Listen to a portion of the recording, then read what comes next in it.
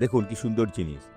সমুদ্র উত্তাল ছিল, নৌকা ডুবছিল, শিষ্যরা মরিয়া হয়ে উঠেছিল। সমুদ্র থেকে মুক্তি চাইছিল, কারণ ঢেউ তাদের উপর আছড়ে পড়ছিল, আর যিশু ঘুমোচ্ছিলেন। আর তাহারা তাহাকে জাগাইয়া কহিলেন, হে গুরু, আপনার কি চিন্তা হইতেছে না যে আমরা মারা পড়িলাম? যিশু উঠেছেন, জেগে উঠেছেন, তিনি নিশ্চয়ই উঠে দাঁড়িয়েছেন। তখন তিনি জাগিয়া উঠিয়া বাতাসকে ধমক দিলেন ও সমুদ্রকে বলিলেন, নীরব হও, স্থির হও। তাহাতে বাতাস থামিল এবং মহাশান্তি হইল। পরে তিনি তাহাদিগকে কহিলেন, তোমরা এরূপ ভীরু হও কেন?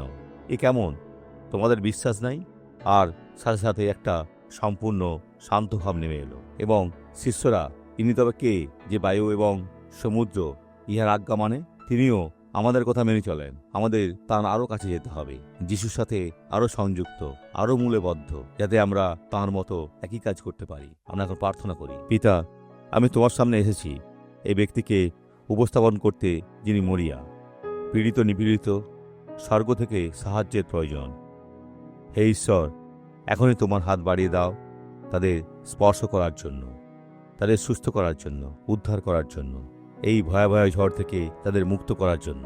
কারণ এই মন্দ এখনই চলে যাবে। ঈশ্বর বাক্যের একজন পরিচারক হিসাবে আমি আদেশ দিচ্ছি, দুষ্ট এ ব্যক্তিকে ছেড়ে দাও, যিশুর নামে। আমেন।